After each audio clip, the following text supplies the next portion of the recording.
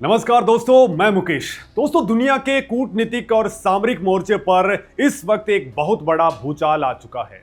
भारत और फ्रांस एक ऐसी महासाझेदारी के ऊपर अंतिम मुहर लगा रहे हैं जिसने ग्लोबल पावर डायनेमिक्स को पूरी तरह से पलट करके रख दिया है।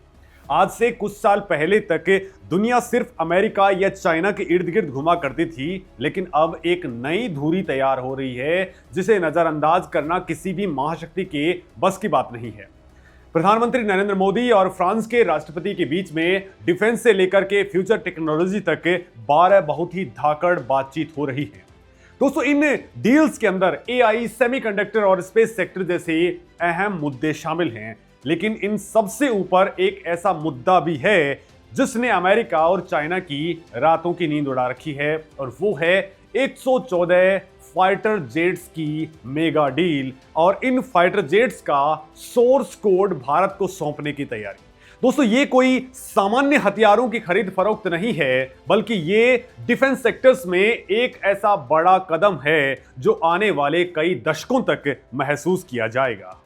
अब सबसे बड़ा सवाल यह है कि आखिर राफेल के सोर्स कोड तक पहुंच मिलने से भारत अपनी स्वदेशी मिसाइलों को कैसे इस विदेशी फाइटर जेट्स के अंदर जोड़ पाएगा और इससे रक्षा क्षेत्र के अंदर कैसे क्रांति आने वाली है। क्या फ्रांस अब नानुकुर करने के बाद में क्या भारत को ये सोर्स कोड देने के लिए तैयारी कर चुका है? साथ ही दोस्तों, ये भी मैं आपको बताने वाला हूं कि 1998 के पोखरण परीक्षण के बाद में जब अमेरिका समेत पूरी दुनिया भारत से मुंह मोड़ चुकी थी और कड़े प्रतिबंध लगा दिए थे, तो फ्रांस ने कैसे भारत की मदद की थी और हिंद महासागर के अंदर चाइना की बढ़ती दादागिरी को हमेशा के लिए कुचलने के लिए फ्रांस भारत को अपना सबसे बड़ा और सबसे भरोसेमंद रणनीतिक साझेदार क्यों मानता है। तो दोस्तों, राफेल के सोर्स कोड की बात आज पूरी दुनिया में आग की तरह फैल चुकी है और इसे समझना बहुत जरूरी है। जब हम कोई फाइटर जेट किसी दूसरे देश से खरीदते हैं तो वो एक लॉक सिस्टम की तरह आता है। उसमें आप अपनी मर्जी से कोई भी वेपनरी मिसाइलें फिट नहीं कर सकते हैं। इसके लिए आपको उस कंट्री की परमिशन लेनी पड़ती है और उसी देश के बनाए हुए हथियार खरीदने पड़ते हैं। इसे एक आसान उदाहरण से आप समझ लीजिए। जैसे दोस्तों, आपके स्मार्टफोन का जो ऑपरेटिंग सिस्टम होता है, अगर कोई उसमें कुछ भी बदलाव करना होता है तो आप नहीं कर सकते हैं, क्योंकि आपके पास में उसका सोर्स कोड या रूट एक्सेस नहीं होता है। ठीक वैसे ही फाइटर जेट्स के साथ में होता है। आज तक दुनिया का कोई भी देश, चाहे वो अमेरिका हो या रसिया, अपने सबसे एडवांस जेट्स का कंट्रोल किसी भी दूसरे देश को नहीं देता है। उनका मकसद होता है कि फाइटर जेट बेचने के बाद भी लाइफ टाइम हथियारों और स्पेयर पार्ट्स की सप्लाई के लिए खरीदार देश उन पर डिपेंडेंट रहे। लेकिन भारत ने इस बार फ्रांस के सामने अपनी शर्तें बिल्कुल साफ कर दी हैं। भारत को 114 राफेल जेट चाहिए, लेकिन शर्त यह है कि इनका सोर्स कोड यानी इनका पूरा कंट्रोल भारत के हाथ में देना पड़ेगा। दोस्तों, फ्रांस इस बात के लिए राजी भी हो गया है और ये भारत की रक्षा आत्मनिर्भरता के लिए अब तक की सबसे बड़ी रणनीतिक जीत है। सोर्स कोड मिलने का सीधा सा मतलब ये होता है कि अब भारतीय वायुसेना राफेल जेट्स के अंदर अपनी खुद की बनाई हुई घातक मिसाइलों को बिना किसी रोक टोक के इंटीग्रेट कर पाएगा। अस्त्र मिसाइल हो, ब्रह्मोस हो या फिर कोई भविष्य में बनने वाले स्मार्ट स्वदेशी वेपन्स, इन सब को राफेल के सिस्टम के साथ में सिंक किया जाएगा। इससे दोस्तों, हमें हर बार छोटे छोटे अपग्रेड करने के लिए फ्रांस का मुंह ताकने की जरूरत नहीं पड़ेगी। हमारी वायुसेना पूरी तरह से इंडिपेंडेंट हो जाएगी और दुश्मन के कैमरा ब्लाइंड स्पोर्ट्स को भेदने के लिए हम अपने खुद के इलेक्ट्रॉनिक वॉरफेयर सिस्टम इसके अंदर लगा सकेंगे। दोस्तों, जरा सोचिए, जब हवा में उड़ते हुए राफेल से भारत की अपने स्वदेशी और अचूक मिसाइलें फायर होंगी तो दुश्मन के रडार सिस्टम्स को भी भनक नहीं लगेगी कि उन्हें किस चीज ने हिट किया है। दोस्तों, ये टेक्नोलॉजी ट्रांसफर का वो लेवल है जो कोई भी देश आसानी से किसी दूसरे देश को बिल्कुल नहीं सौंपता है।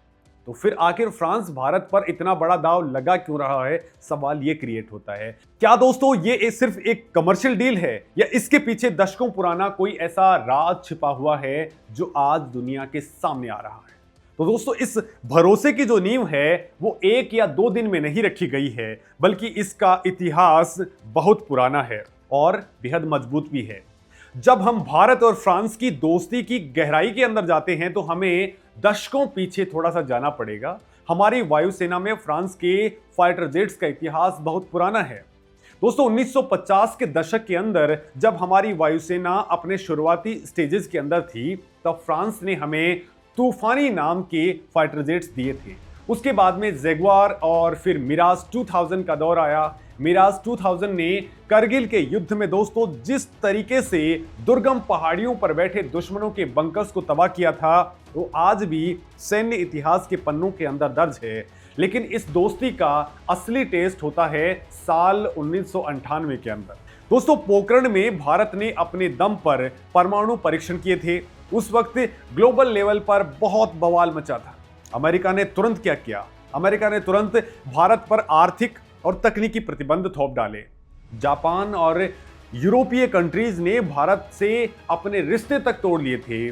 दुनिया के बड़े बड़े मंचों पर भारत को अलग थलग करने की साजिशें रची जा रही थी। लेकिन दोस्तों उस भारी दबाव के बीच में फ्रांस एक अकेला ऐसा वेस्टर्न देश था जिसने भारत के खिलाफ कोई भी प्रतिबंध लगाने से साफ इनकार कर दिया।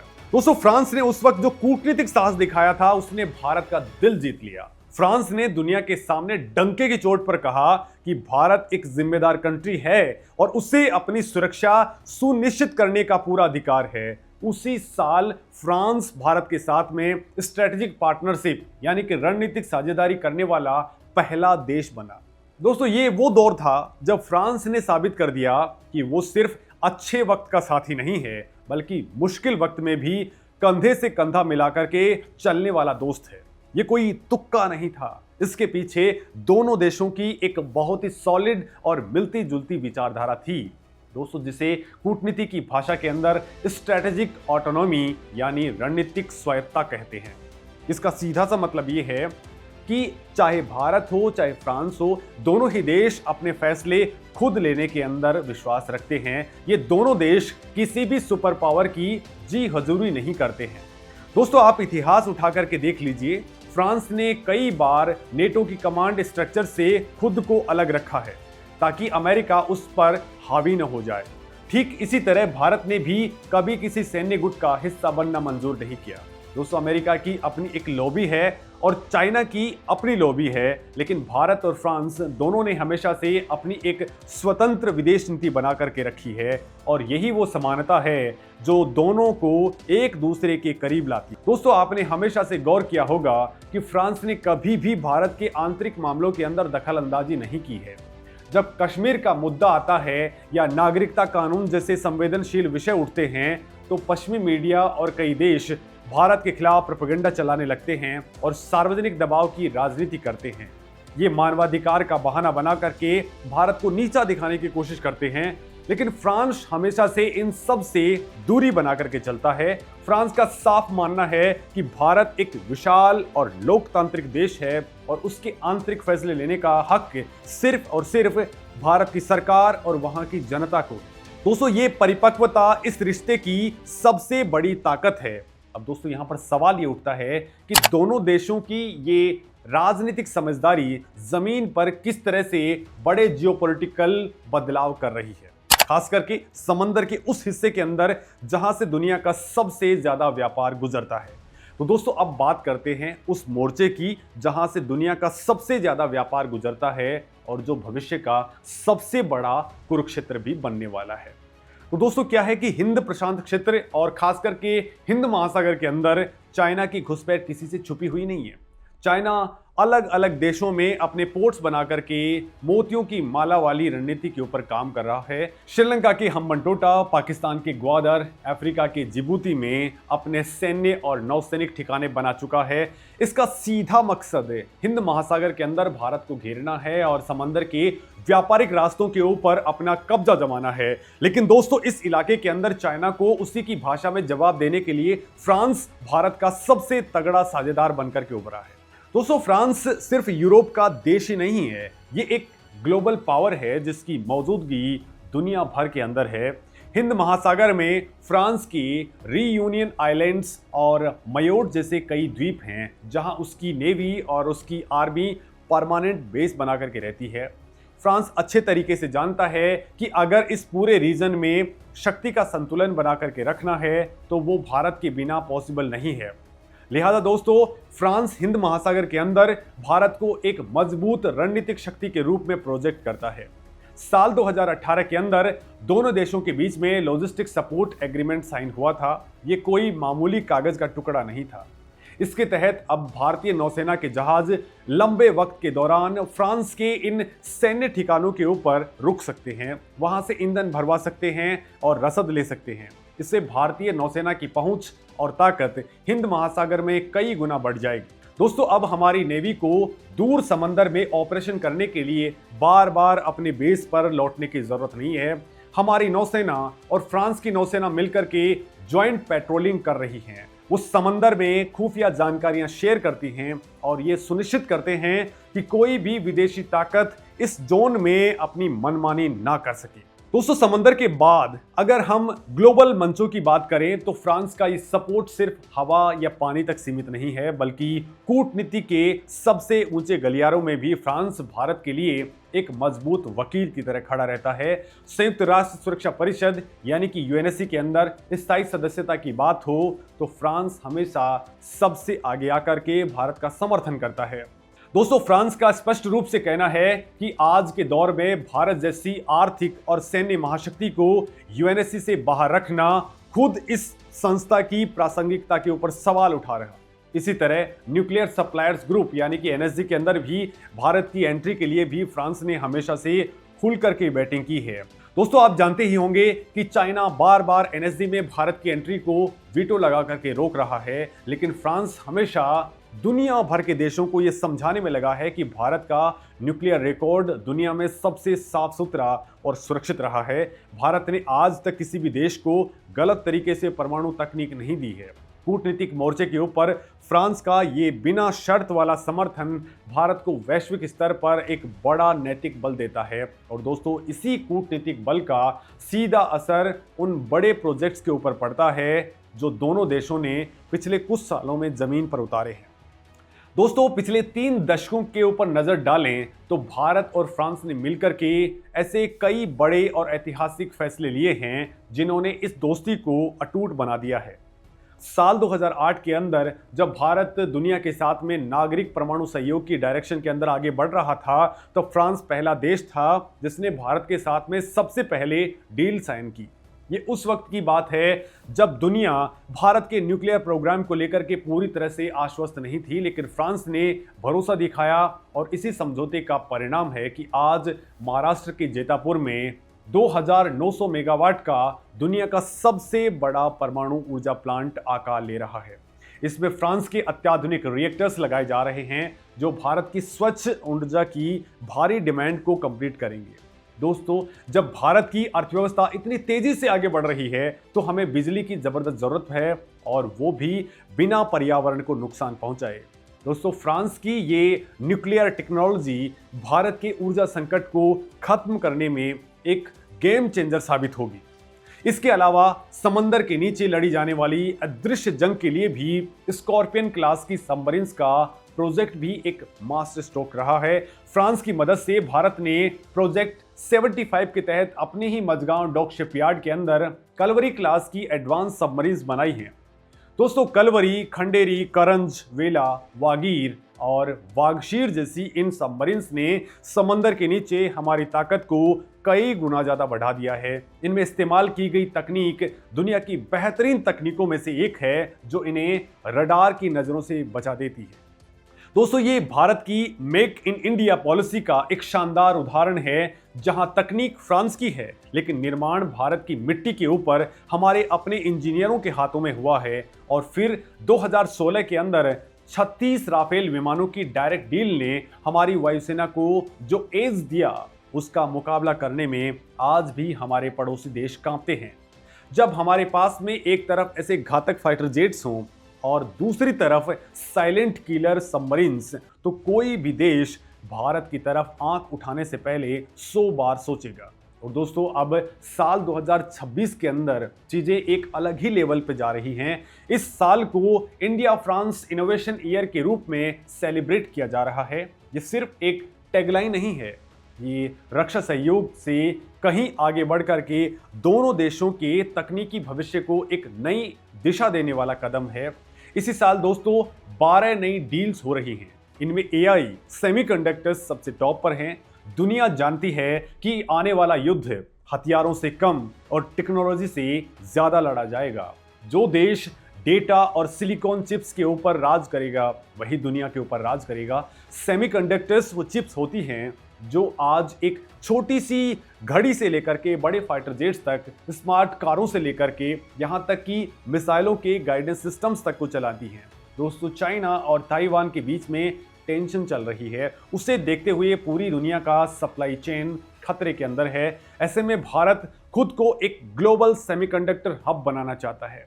दोस्तों, फ्रांस के पास में एडवांस रिसर्च एंड टेक्नोलॉजी है, उसके पास में डीप टेक है और क्वांटम कंप्यूटिंग के अंदर महारत हासिल है। और दोस्तों, दूसरी तरफ भारत के पास में दुनिया का सबसे बड़ा टैलेंट पूल है, बेहतरीन सॉफ्टवेयर इंजीनियर्स हैं और विशाल मैन्युफैक्चरिंग कैपेसिटीज हैं। दोस्तों, जब ये दोनों देश मिलकर के एआई, एल्गोरिदम और सेमीकंडक्टर डिजाइन पर फोकस करेंगे तो भारत को तकनीकी महाशक्ति बनने की डायरेक्शन में एक बहुत बड़ा और निर्णायक कदम मिलेगा। हम सिर्फ सॉफ्टवेयर का कोड लिखने वाले देश नहीं हैं, बल्कि उस हार्डवेयर को बनाने वाले देश अब बन जाएंगे जिस पर दुनिया चलेगी। हेल्थ, टेक और स्पेस सेक्टर के अंदर भी दोस्तों दोनों देश मिलकर के सैटेलाइट लॉन्चिंग और डीप स्पेस एक्सप्लोरेशन पर काम कर रहे हैं। दोस्तों, आपको जानकर के हैरानी होगी कि इसरो और फ्रांस की स्पेस एजेंसी CNES का सहयोग आज से नहीं है, बल्कि 1960 के दशक से है। भारत का जो मशहूर विकास इंजन है जिससे हमारे रॉकेट उड़ते हैं, उसकी टेक्नोलॉजी की जड़ें फ्रांस के वाइकिंग इंजन के साथ में जुड़ी हुई हैं। आज दोनों देश मिलकर के पर्यावरण पर नजर रखने वाले तृष्णा सैटेलाइट और भारत के पहले मानव अंतरिक्ष मिशन गगनयान के लिए एस्ट्रोनॉट्स की मेडिकल ट्रेनिंग जैसे क्रिटिकल प्रोजेक्ट्स के ऊपर दिन रात काम कर रहे हैं। दोस्तों, साल 2023 के अंदर जब PM मोदी फ्रांस गए थे तो वहां होराइजन 2047 नाम का एक रोड मैप तैयार किया गया था।